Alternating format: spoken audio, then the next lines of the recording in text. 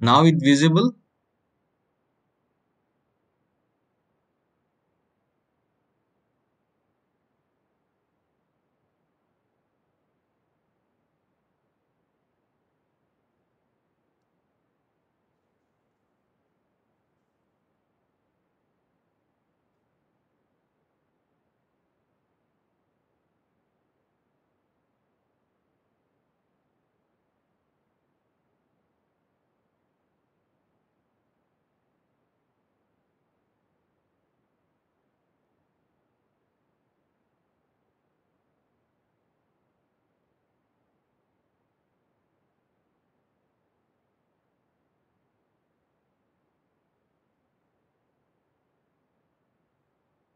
Okay, am I audible now?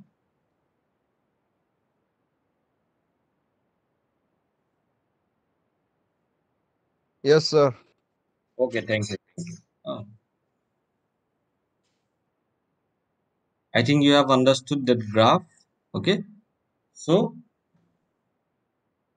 when we use inflow in place of power, it's called flow duration curve.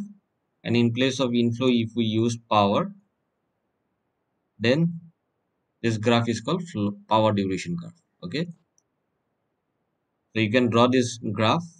Okay, visible now. Okay, so you can just draw. Okay, like time will be in x-axis. You've put from 0 to 100. Okay, at the interval of 20 seconds. Okay, just for an example, we have taken second. Okay, you can use month also, you can use hour also. It depends as per your requirement. Okay,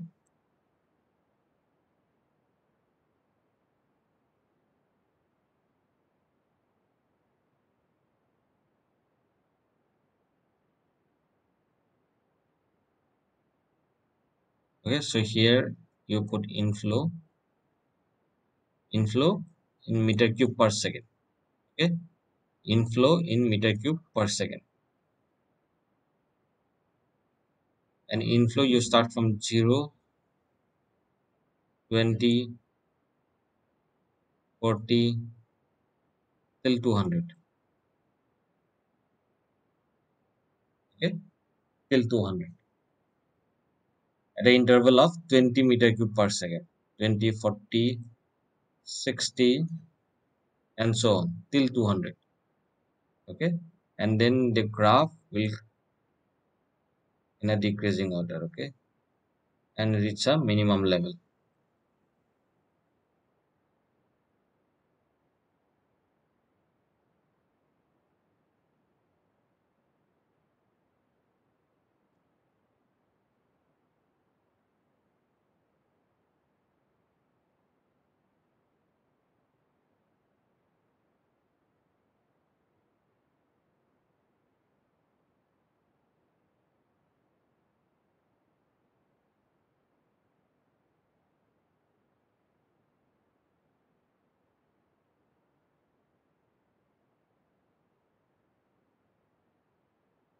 Okay, so you write till 200 and then you draw a curve which is decreasing in order. Okay, then you draw a dotted line. Okay, draw a dotted line.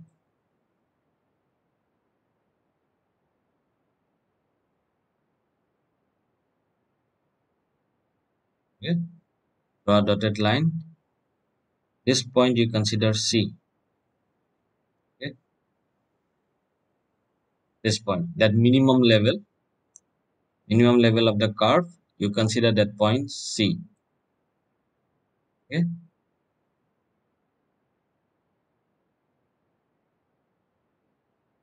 and you take one flow demand line, flow demand line, flow demand line,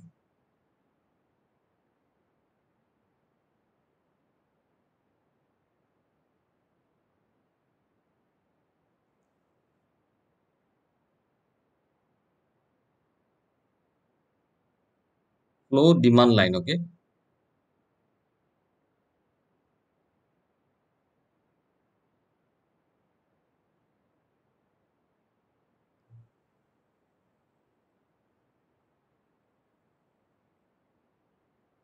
Okay, and this curve you write flow duration curve.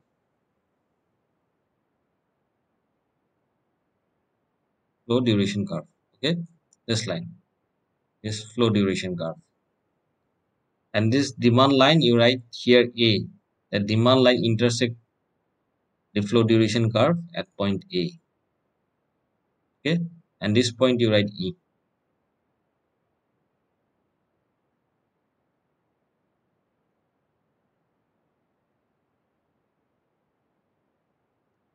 And this dotted line where you have C is intersect the y-axis at F.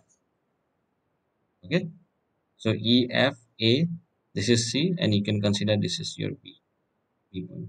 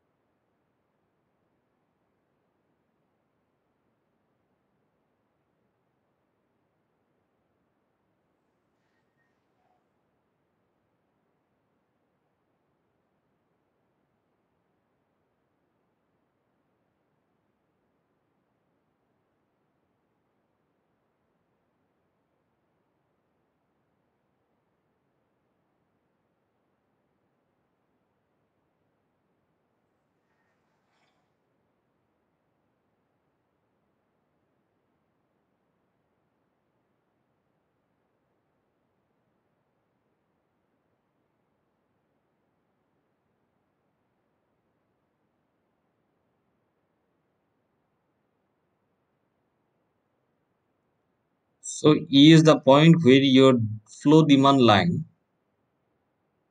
intersects with the y-axis. Okay, this point. Suppose this is your flow demand line which intersects the y-axis. That point is E. Okay, and F is the line where that C point is there. No? So if you consider a dotted line, straight dotted line that intersects your y-axis at F. Okay, over.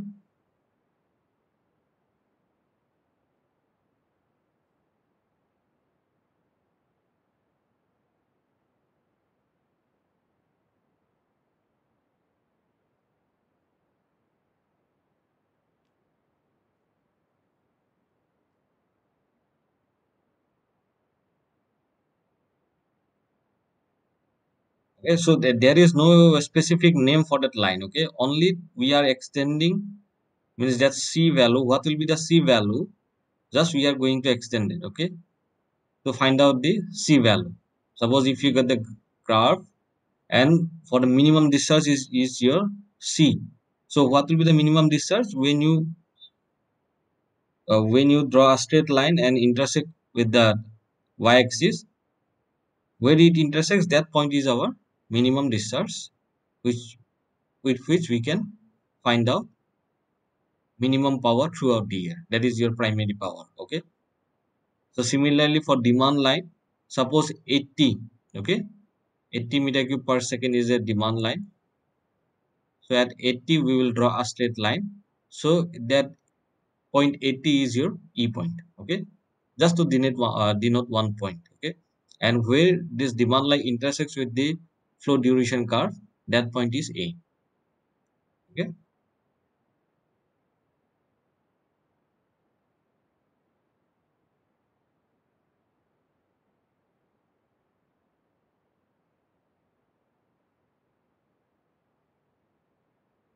Okay.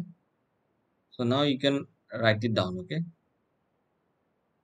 Flow duration curve or farm power and secondary power. Farm power and secondary power can be understood with the help of flow duration curve. Okay. Kindly write it down. Farm power and secondary power can be understood with the help of flow duration curve. With the help of flow duration curve. First point, flow duration curve is obtained by plotting values of stream flow. The stream flow you can also write inflow. Okay. Whatever the inflow in that particular stream, if we plot that inflow with respect to time, we will get flow duration curve. Okay.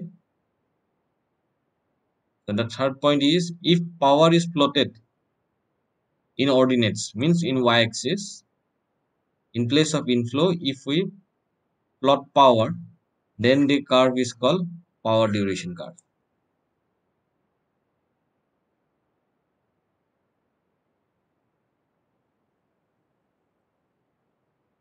Okay. So if we plot power in place of inflow, then the curve is called power duration curve. Okay.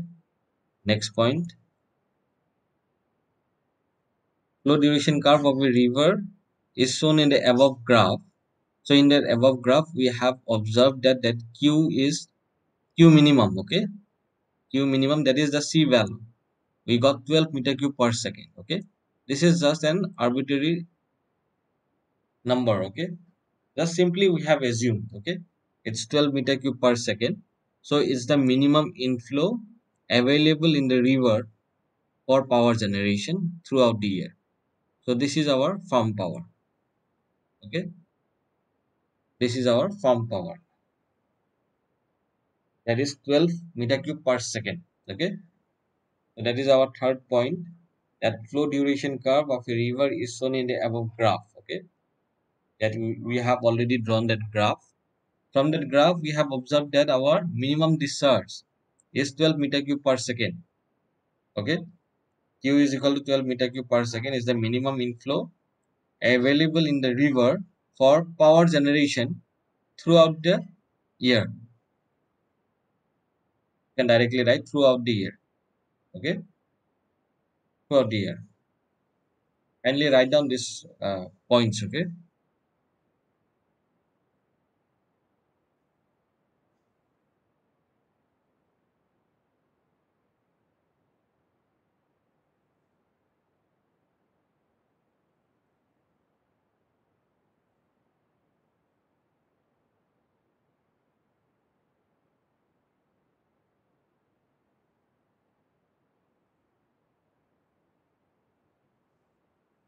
Over.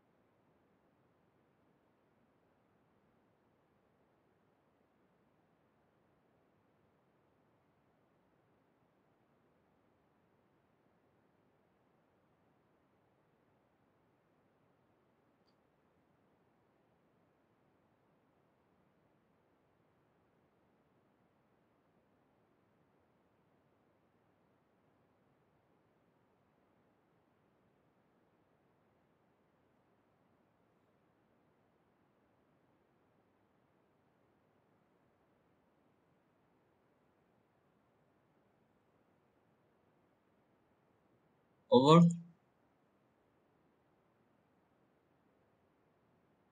Okay,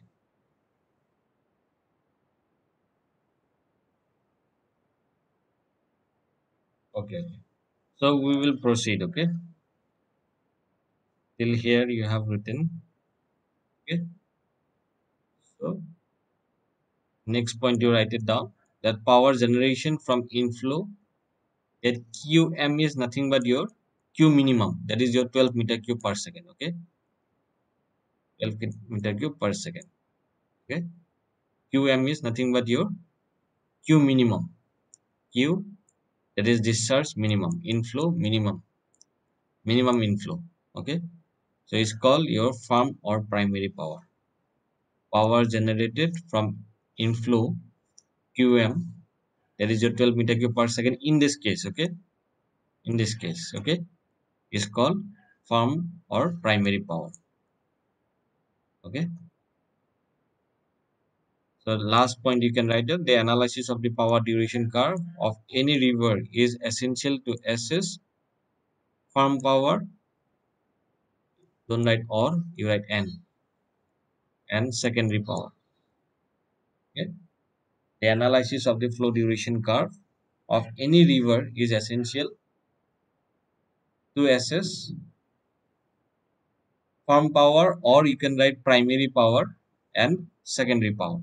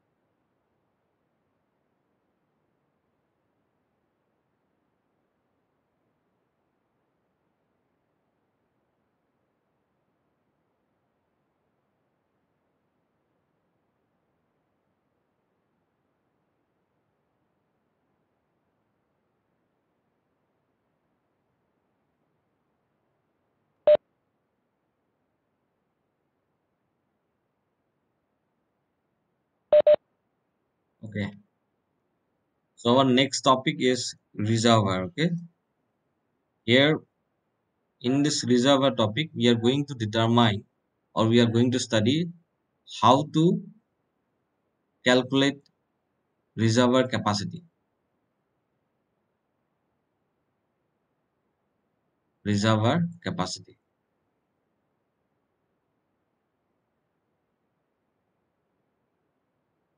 Okay, so definitely we all know the function of reservoir. You can use irrigation, navigation, power generation, flood control. Okay, these are the function of reservoir. You can store water. That water can be used for irrigation. That water use can be used for navigation, then power generation, and it also helps as a flood control hydraulic structure. Okay, okay.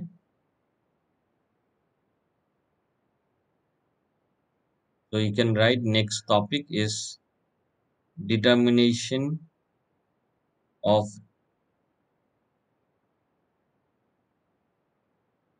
you write determination of, don't write this. Okay, determination of reservoir capacity. Okay, using mass curve. Reservoir capacity using mass curve. Okay, determination of reservoir capacity using mass curve. Okay, so this mass curve of inflow was generated by this person, W Ripple.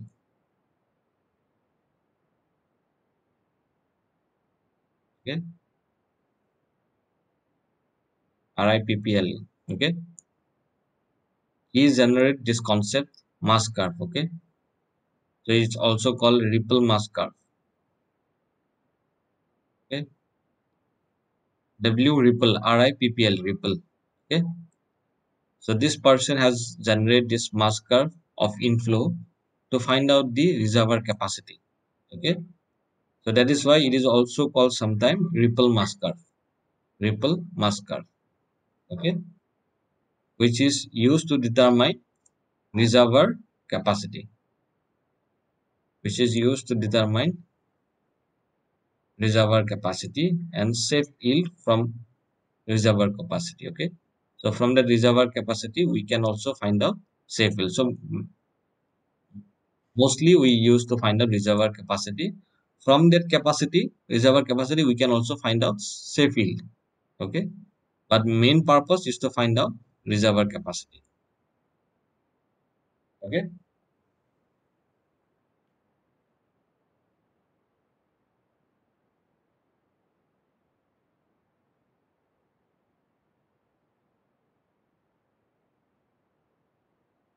over.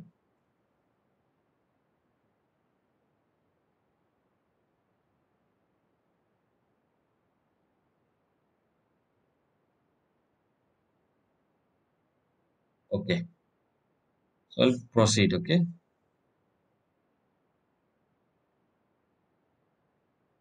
the graph is not visible properly, but I'll draw for you. Okay, so here what we have to do.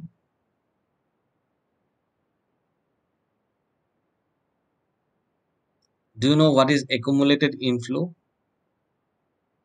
Accumulated inflow.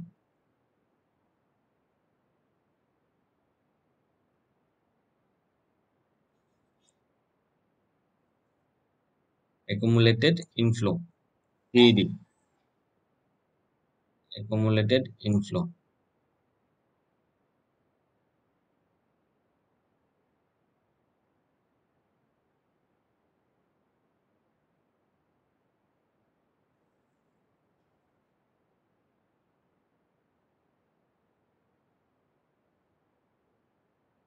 Okay. So accumulated inflow is nothing but your, suppose in January you have 100 meter cube per second discharge. Okay, in January you have 100 meter cube per second. Okay, say about February is like 120, just for an example. Okay, or March was 130. Okay, so now these are inflows. Okay, if you want to find out the accumulated inflow, then your first, for January it will be 100. Okay, then for February it will be 100 plus 120. Okay, you have to plus add. Okay, that is your 220. Okay, then if you had with this in March it will be 350. Okay, 350 and so on. Because of the addition, if you see, your values are always in increasing order. Okay, because we are adding, we are accumulating. So first one is 100. So second one, if you add here, whatever it is, maybe it's 50. Suppose if you take this value is 50. Okay, then for February your accumulated this will be 150, so it will be increasing. Okay, it will be always increasing 150. Okay, so this is your accumulated, so you have to add it. Okay, 100, suppose this is your 100, then plus your 120, then plus. So if you see, your accumulated inflow is always increasing. Okay, so that is your accumulated inflow. So here in mass curve, you have to substitute that accumulated inflow in y-axis, that accumulated one. Okay, so this inflow will be there that you can measure in the river. Okay, and then this accumulated you have to calculate. Then only we can draw this graph. Okay, that accumulated inflow you have to substitute in x-axis, sorry, y-axis, and in x-axis will be having time. Okay, this time maybe years, maybe months. Here we have taken January, February, March, so it is in months. Okay, it's up to you how you want to take. Okay, or if you want to take with respect to year, then we can also take like that. Okay, so if you see here it's taken 1990 to 1994. Okay, so your time will be here, it is years. This is just an example. Okay, so when you plot here 0, or you can write 1990,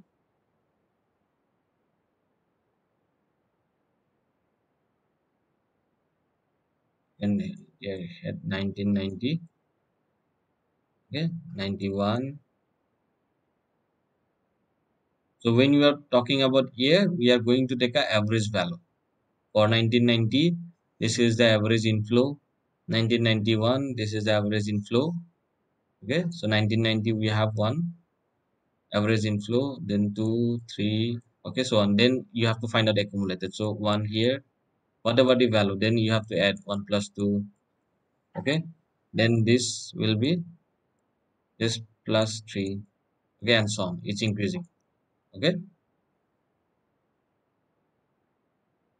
so the accumulation is just to add, so that we will get a increasing order value as we move from lower time interval to the higher one.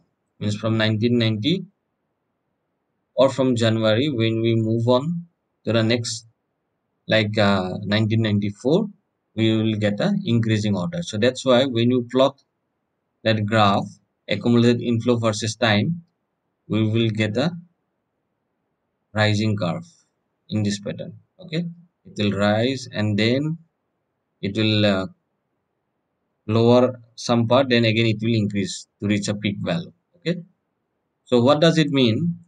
Suppose in a year, if you consider in a year, we'll be having maximum discharge in some point.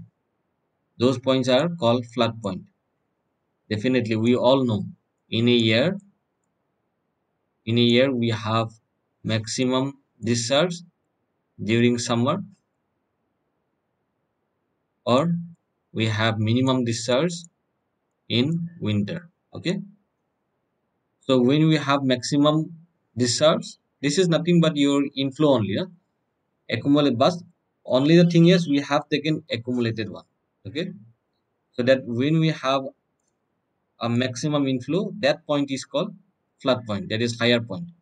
Then this point again is going down, so this point is called dry point. Dry point. Okay, so similarly when it reaches again in a peak, this is your flood point. Again it, when it again it goes down, when it goes down, then this will be your dry point.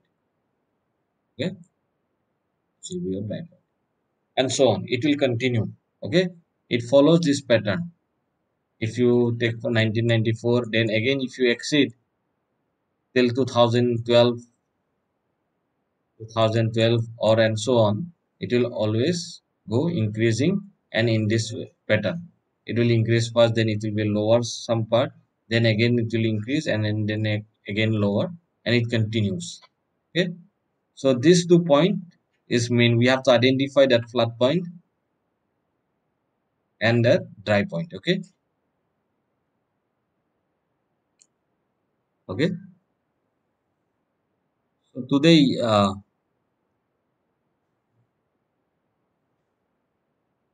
Is this graph is visible? Is this graph is visible?